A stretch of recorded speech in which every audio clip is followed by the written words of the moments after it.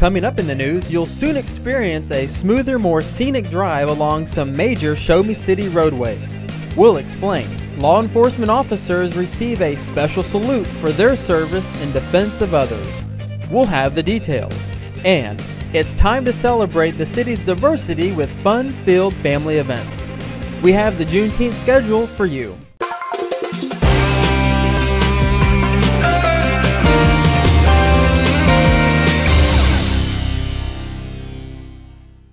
Hello and thank you for watching In the News. I'm Bobby Bracken. We have some updates on mobility improvements taking place along highly traveled roads around the city. They include new Show Me City monuments on Gessner Road that feature a mosaic design of the city logo. Also on the roadway, sidewalks have been added and a special left turn signal has been installed at the intersection of South Gessner and Cravens Road. The flashing yellow arrow signals these rules for motorists.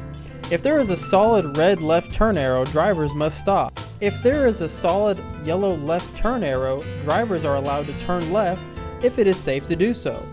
If there is a flashing yellow arrow, it means turns are permitted, but motorists must first yield to oncoming traffic and pedestrians.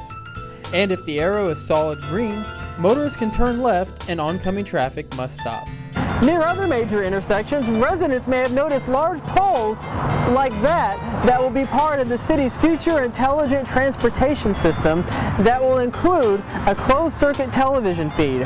Cameras on the pole, right up there, will allow video to be streamed into a traffic management center, which will enable staff to remotely monitor traffic flow. The intelligent transportation system will also manage the synchronization of traffic signals. It would also allow staff to adjust traffic signal timing as needed.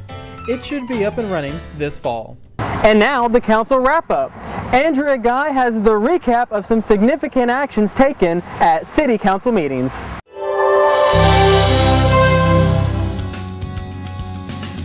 We bring you highlights from the May 16th meeting.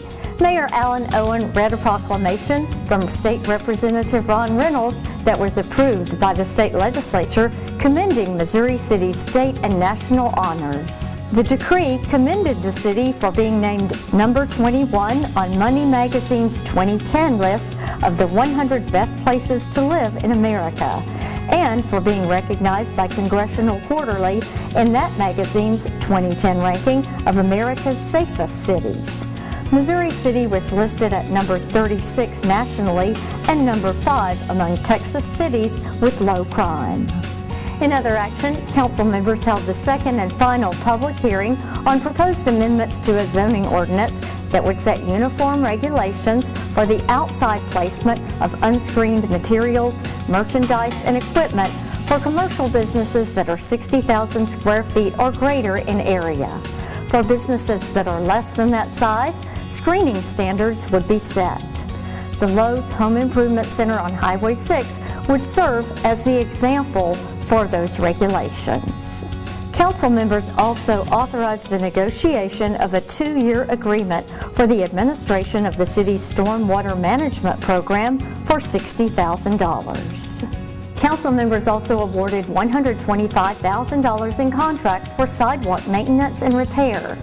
Those contracts end in April 2012 with options to renew for 2 additional 1-year terms. In public safety news, council members authorized the police department to file an application for a grant from the Justice Department to fund 4 additional police officer positions. The potential grant, which would come from the COPS Hiring Recovery Program, would pay 100% of entry-level salaries and benefits for 3 years for each approved position. Other costs would be covered by the city. Council members also authorized an interlocal agreement between the city and the Houston-Galveston Area Council for the completion of a sub-regional transportation plan that helps local governments achieve their planning goals through a regional approach to transportation and land use planning. Based on Missouri City's population, HGAC is requesting the city pay a maximum of about $24,000 or 32% of the total match. When it comes time for us to apply for federal funding for transportation projects, it's really important for us to have studies to back up the need and show and demonstrate that we are working with the surrounding areas to build infrastructure that supports our needs and those around us, and to have that connectivity. And council members received a report from the Missouri City Green representative on that organization's efforts to increase awareness of the city's pride and beauty through environmental education and recycling. Volunteers from Missouri City Green assisted with the city's spring e-recycling event held in March. 93% of the event patrons were from Missouri City. 59% of the items collected will be recycled, and 34% will be used in alternative fuels, with the remaining products being safely treated and incinerated. And Missouri City Green Representative Donna Hogan also applauded the Green Scene section of the city's newsletter, which their organization is proud to point out to residents. And that's your council wrap-up. You can find a summary the following day on the city's website under Council Connection. Thank you, Andrea. And other City Council related news, winners of the District A and District D elections that took place on May 14th will be sworn in on Monday, June 6th at 7 p.m. in the council chambers. Bobby Marshall will take the oath of office for a second term representing District A, and Floyd Emery will take the oath of office for District D. Councilman Brett Kalaya, who currently represents District D, is retiring. And council members Robin Ellicat, District C, and Don Smith, District B, will also be sworn in. They ran unopposed. At the 6th Annual Police Officer Memorial Ceremony, many paid their respects of the brave men and women in law enforcement. Missouri City police officers, firefighters, and residents, along with local, regional, and national officials, joined together. The event was held on May 18th at Public Safety Headquarters and featured a moving tribute to honor officers nationwide who have died in the line of duty. In the line of duty, 5 simple words, but they are profound. In the line of duty, many persons have made it possible for us to have this opportunity to be here today. In the line of duty, our homes are safe, our children are protected.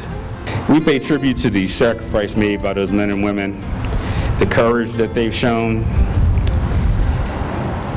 by investing in this week and coming together as a family. I think what the city celebrates every year and what we have in our great officers, and as the chief said, we're very fortunate in that we've not lost a single officer in the line of duty. The memorial also included a 21-gun salute from the Missouri City Honor Guard and the presentation of the wreath and a lighting of a candle in front of the Protector's statue by Mayor Owen and Congressman Al Green. Also on the police front, the department held its annual awards ceremony on May 20th, and here are the winners.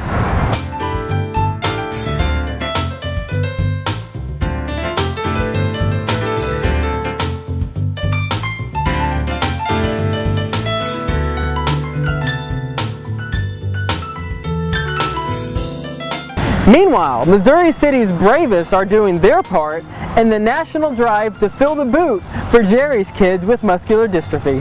Well, thank you so much, man, for your donation. Have a good day. Firefighters started raising money for Jerry's kids about 16 years ago. Funds benefit the Muscular Dystrophy Association services and research programs, including MDA's outpatient clinics at Texas Children's Hospitals and the Methodist Neurological Institute in Houston. Donations will be collected at Walmart on Highway 6 and Kroger's at Highway 6 and Murphy Road on the following days: Saturday, June 4th, Saturday, June 11th. Donations are also being accepted at all Missouri City fire stations. A Missouri City Fire and Rescue Service representative will present a check for Jerry's kids during the 46th annual MDA Telethon on KPRC TV, Channel 2 on Labor Day, September 5th. Moving along, Metro is looking for your ideas on transportation needs in the city. You're encouraged to come out and share your vision of the future. Learn where service is needed and hear about the possible modification or addition of services in our city. A Metro Long Range Plan public workshop will be held on Tuesday, June 28th from 6 to 8 p.m. at the Community Center, 1522 Texas Parkway. Similar meetings are being held throughout the Houston area. And mark your calendars for some family fun next month. It's almost Juneteenth celebration time again. The theme for the 9th annual celebration is celebrating family values. Free cultural and education programs will focus on history, health, and community. Festivities will be held from June 13th to the 18th, and the exciting week begins with a tournament at the Quail Valley Golf Course. The contest to raise scholarship money will have a 9 a.m. shotgun start, and proceeds will be used for scholarships for deserving high school students from Missouri City. Other highlights include Community Service Awards Gala on June 16th from 6 p.m. to 10 at the Sugar Land Marriott Town Square. Pastor Byron C. Stevenson of the Fort Bend Church will be the guest speaker. The Community Health and Wellness Fair on June 18th from 9 a.m. to 3 p.m. at Covenant Glen United Methodist Church, 401 Pleasant Street. The annual 1 Mile of Smiles Parade kicks off at 6 p.m. on Saturday, June 18th along Texas Parkway. And Festival Under the Stars concludes the week on June 18th in Hunters Glen Park from dusk to midnight. Are you looking for a fun way to get outdoors? Missouri City will host a free family fishing day on the first Saturday in June. The event will take place at Independence Park, 2621 Court Road, across from Stamo Park, on June 4th, from 8 a.m. until noon. Local fishing legend Roland Lattin and his team of instructors will share fishing and casting skills. The first 150 children to arrive will receive a free rod and reel, and bait will be provided. The Texas Parks and Wildlife Department does not require a fishing license for this event. And if you're looking for recreational activities for your children this summer, check out our Recreation Roadshow. The new Parks and Recreation Department program for kids is a mobile camp that will be hosted at city parks on Mondays and Wednesdays in June and July from 8 a.m. to 1 p.m. For a schedule of events, click on the city calendar on the city's homepage, MissouriCityTX.gov, or you can call 281-403-8637. And now we close with more touching scenes from the police candlelight vigil. Missouri City's finest patrol our streets 24 hours a day. And this event remembers those that have paid the ultimate price protecting us and keeping us safe. Thank you for watching In the News.